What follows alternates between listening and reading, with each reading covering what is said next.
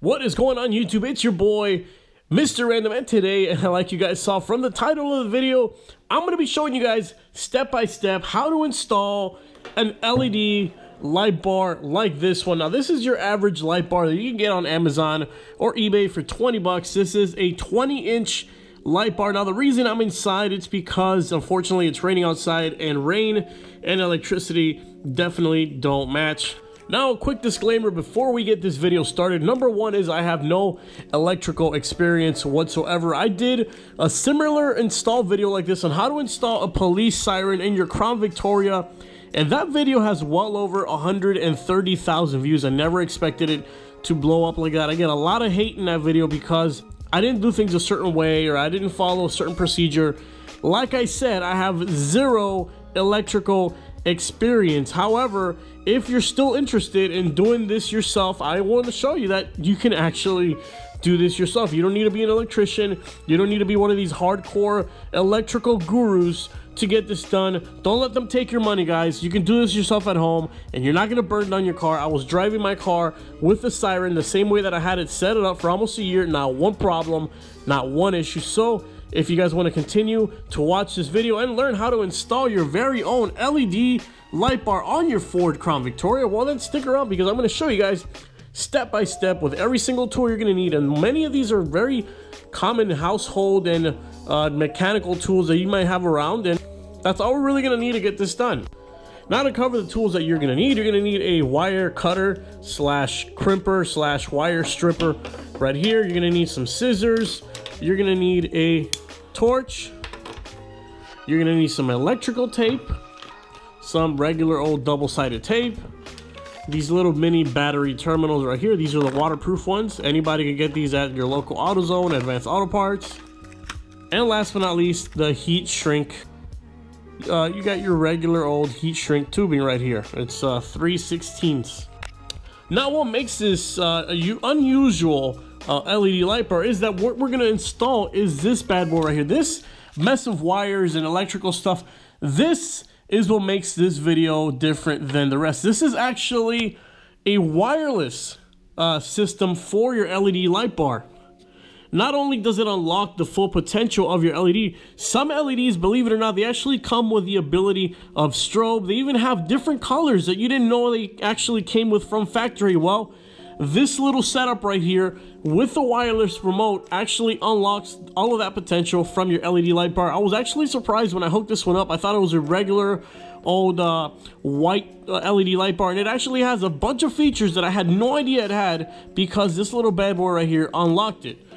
Now, this is what the box looks like. This is called the Laser LED Light Bar Wire Harness. It might seem a little bit sophisticated. You have your control module right there with the antenna for your remote. You got the two battery terminals that are connected to a fuse, which a lot of people were bitching and moaning in my last video because I didn't use a fuse. Either way, nothing ever happened, but this one comes with a fuse, and it comes with the connectors that connect to your LED light bar. Now, that might seem expensive. Believe it or not, it was only $10 on Amazon. And like always, I will include in the description down below where you can get all this stuff if you guys are interested in getting your own LED light bar with a wireless remote setup. This is the diagram we're going to be following today, but either way, you guys are going to just do what I do in this video, and we're going to go ahead and get this thing installed. All right, now there's a couple of issues that I have with this setup. Number one is the wireless remote comes with these clips right here, but your LED light bar doesn't feature those clips. Now, your local AutoZone and Advanced Auto Parts, they have your certain connections, so you can actually retrofit it in here. But what I am going to do is I'm going to cut at the ends. I'm going to cut them all, and I'm going to make the wireless remote end look like this. It's a lot easier for me to work with this. So first thing we're going to do is we're going to grab our wire cutters right here, and we're just going to cut off the ends of these three right here. Here we go. All right, so I didn't record the part where I cut off the ends. It was actually quite hilarious. These things actually flew across the room with each clip of the wire cutter. But now the next step, I'm finally recording this time, is we're going to grab our three control cables, and we're going to strip them just a little bit, just to expose a little bit more wire right here.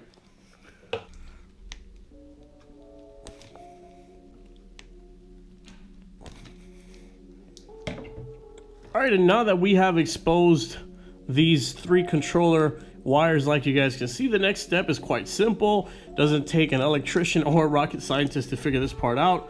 We're gonna match the white with a white, red with a red, and the black with a black. But what I'm gonna do is, actually, to make it a little bit easier, I'm gonna strip away a little bit more of the wire here, just like I did with this one, just to expose a little bit more wire so it can be easier to braid these and then seal them. All right, and our next step before we braid these wires together, we're gonna get our heat shrink tubing, and we're gonna cut 3 strips because this is what's gonna bridge and seal our connection. So we're gonna cut off a strip. That's a good size right there.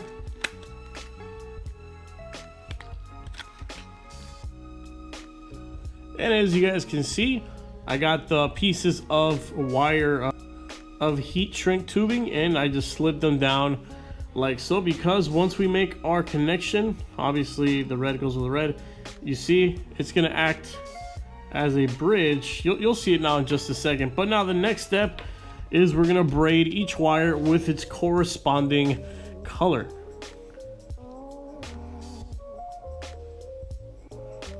Usually what I like to do is I like to fray the wires just a little bit. Like I said, no electrical experience, nothing like that, just common sense and a little bit of street smarts, and things, you know, usually tend to work. So we fray the wires a little bit, we intertwine them, and then what we do is we braid them.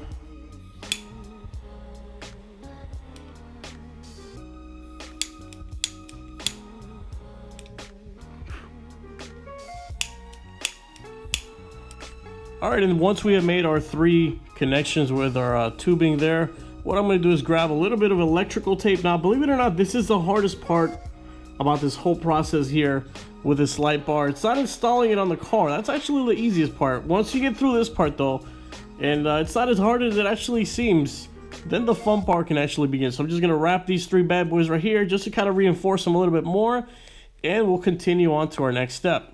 All right, guys, now the next step, as you guys can see, it's still with a wireless remote here. The next step, we're gonna grab our terminals that come included with our wireless setup here. We're gonna actually change them for smaller terminals. That's what we got these little smaller battery terminals here for. You guys can see there's a huge size difference right here because these are too big to fit the battery of the Crown Vic. We need these little smaller ones. Now this job is a lot easier. All we're gonna do is grab our wire clippers, and we're gonna cut right here, right where this tubing ends.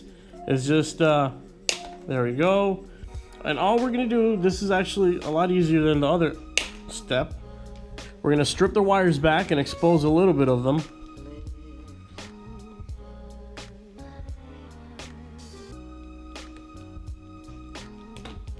There we go. There we go. And now all we have to do is, in this hole, you see the terminal, you see how it has that little circle on it, a metallic circle? Well, you braid your wire really good, nice and small so it can fit in that little hole. And then we are gonna feed it through until you see it come out the other side. There we go. See, you can see it on the other side. Once it's on the other side, what we do is we grab our crimping tool right here, and we're gonna squeeze this part down. We're gonna actually push it down. You see it's like a little bridge. With the crimping tool, it's gonna squeeze it down so that little metal tube, that little metal bridge, it's gonna hold down our metal cable that we just inserted in there. Now you know when you've done a successful crimping job, because you can tug on it a little bit and it won't come out. So we're gonna repeat the same process for this bad boy right now. All right, and our final step is we're gonna have this little control module right here. We're gonna use our double-sided tape. We're gonna put some strips, kind of like in a square pattern, so we can stick it to wherever we want. It does come with these screw holes, but I'm tired of drilling more holes into my Crown Vic, which is exactly why I went with this remote system, because you don't have to drill into your firewall anymore. You don't got to do anything. Everything stays in the front of the car, and you control everything with a literal click of a button. So now, I should have said this a little bit earlier. I'm sorry for this, but it's a lot better to do this outside next to your car or relatively near your car, because once you made all these wire connections, you're gonna have to bring all these cables together out to the car. Unfortunately, like I said at the beginning of the video, it's raining, so I really had no choice, but I'll figure out a way to get it out there. So now the next step is we're gonna go outside and wire up all these things, connect it to the battery, and drill it down to our specific location, which you guys saw in the thumbnail picture. It's gonna be on the grill of the Crown Vic. So I'll see you guys outside. All right, guys, so we made it outside. Now, one of the reasons why I am putting the light bar and behind the grill area is two reasons. Number one is when you have your light bar out here, it's exposed to all the elements. It's liable to get wet, rock chips, people can damage it. If you wanted to really be an asshole, all you really had to do was clip the two cables that connect your light bar, unscrew it from the push bar, and you can definitely steal it. If you do it this method, you can only access the light bar if you open the hood of the car, which you need to gain access to the car anyways. Not only that, it also adds a little bit element of stealth. It's not just kind of in your way. And, you know, for those people who say that these things are going to get in the way, believe it or not, it actually still, it's so bright that it'll shine right through without any problems. This Ford logo might be a bit of an issue, but at the end of the day, it's going to be so bright that whatever light does manage to escape is still going to be more than enough for this car. Now, the other thing I will be doing, I do have another light bar, but it's pretty much the same process. It's going to be a lot more trouble. I'm going to put it down here, right down here. You guys see? I'm going to remove this canine thing, and right in this space, right here, all along, I'm going to put another light bar on the inside. So it's going to be really low. It's going to be really nice. I'm going to do that at some other time when it's not raining, but I wanted to show you guys, if you're interested in doing your own light bar, how to do it. Now, to remove this grill, like I've done before in other videos, it's relatively simple. There are some tabs that you squeeze, but before you squeeze them, there are 3 screws that are at the top. Mine only really has 1 screw towards the middle because I'm lazy and I do a lot of work on this car, so I'm always constantly taking the grill off. But what you do is you squeeze the tabs at the bottom. There's a bunch lining the bottom of the grill. Then after that, your grill should come right off just like that. We're gonna just make a freaking like awesome wall ornament somewhere. Might have to go to a junkyard and just take a grill and just put it up on my wall. And this is where we will be mounting. It's hard plastic, really easy to drill through our light bar. All right, and once you place your light bar in the desired location, this is where I want mine to be. Grab yourself a marker and you make a little mark, and then we move on to the other side as well. All right, and the next step is you move your light bar pretty far away from yourself and pretty much begin drilling where you marked off.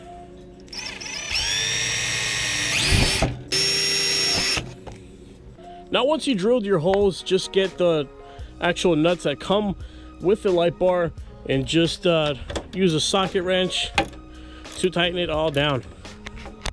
All right, guys, so once you make sure that your light bar is safe and secure, it's not going to go anywhere, and you kind of somewhat tidied up some of the cable work, I'm going to zip tie all this stuff. I'm just holding it in place with some electrical tape until I can go back in and get some zip ties. It's about to rain, so I got to hurry up. What I decided to do was this control module right here. I sticky taped it. Remember, I put the double-sided tape. I taped it to the fuse box. The fuse box can still be detached and it really won't affect anything. And then all that's left to do is hook up the positive cable to the positive terminal and the negative cable to the negative terminal. And there you guys have it. The light bar is fully installed. Now let's go ahead and play around with some of the features that it comes with. I'm going to come over here so we can get a little bit better view so it doesn't blind us. Let's go ahead. Here we go. This is to turn it off. The power button obviously is to turn it on. This one button is to keep it steady. And now these are the various flashing modes that it has. Let's go through them. Here we go. Okay, actually, you hit the power button. You hit the power button to cycle through the different flashing modes. So let's hit that up. Here we go. You can steady it with the number 2. Number 1 is to go to all white. Number 2 is to go to amber. First we hit that, now we hit number 2, boom, steady amber. Look at that. All right, so let's keep messing around with these controls. Here we go.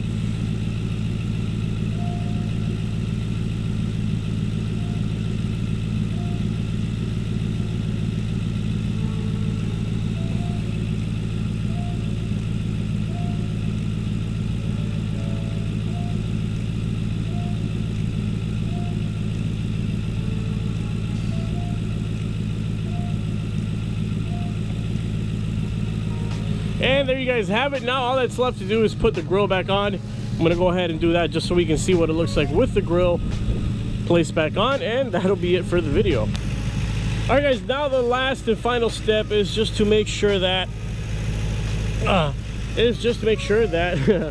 even though we put it directly behind the grill, that it's not gonna be an issue. So without further ado, let's go ahead and turn this bad boy on. Here we go. Oh yeah, look at that.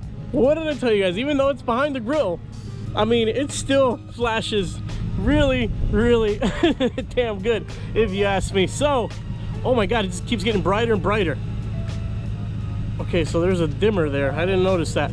Oh my God, you can actually make this thing even brighter than what it actually is. You hit the number 2 again and again, and it gets brighter and brighter. Either way. Oh Lord, hold on, I'm about to have a seizure. Oh, much better. Either way, look, if you notice, that actually sits just slightly just slightly under the Ford logo, and that's on the highest setting. The light bar comes with different settings. You can put it higher or lower. It's on the highest setting. There you go. Now the reason I installed this is because this car is going to be going to the countryside very, very soon, and I'm definitely going to be needing to use these really bright LEDs, as you guys can see. Not only that, if the car were to ever break down or anything like that in said middle of the woods, then you activate your flashing amber lights, just to let people know, hey, you know, my car broke down or whatever. Or you can do a different pattern. Either way, hope you guys enjoyed this video. Don't forget to check the link in the description down below, where you can get yourself your very own light bar and everything else that I did today, guys. Don't forget to give the video a thumbs up. It's your boy, Mr. Random. We'll catch you on the next Crown Victoria modification, and it's going to be a doozy. You guys are going to love it. It's something you guys are not going to expect. Either way, I'll catch you on the next one. You know what's another badass feature about having a keyless or remoteless or switchless or buttonless light bar is that your car can be parked somewhere far away where there's no visibility, and all you got to do is just hit a switch, and bam, there you go. Your car is lighting up the way. Wait until you guys see this at night. Actually, I'll do a little night demonstration as well. But yeah, I wanted to let you guys know that's why there's an advantage to having a remote spotlight.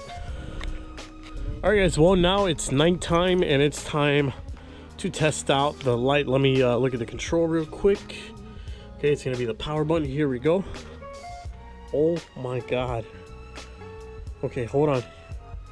There we go. Look how bright this is. And that's in the grill. That's in the middle of the grill. Look at this. It's like a freaking star. Oh my God, let's go ahead and take this thing for a ride. Yeah, I told you guys it really wouldn't affect it just because the grill is in the way. You still get that stealth one, and look at the visibility. Come on, let's go ahead and take the old Crown Vic for a spin, a little nighttime patrol, and see just how well this thing lights up. All right, so right now we have the regular headlights. Here we go. We're gonna, once we make the turn here, the neighborhood usually gets a lot darker. So we're gonna do several tests. The first one is we're gonna just turn it on with the actual headlights turned on. Mind you, the headlights that I have on right now are LEDs, so they're already extra bright.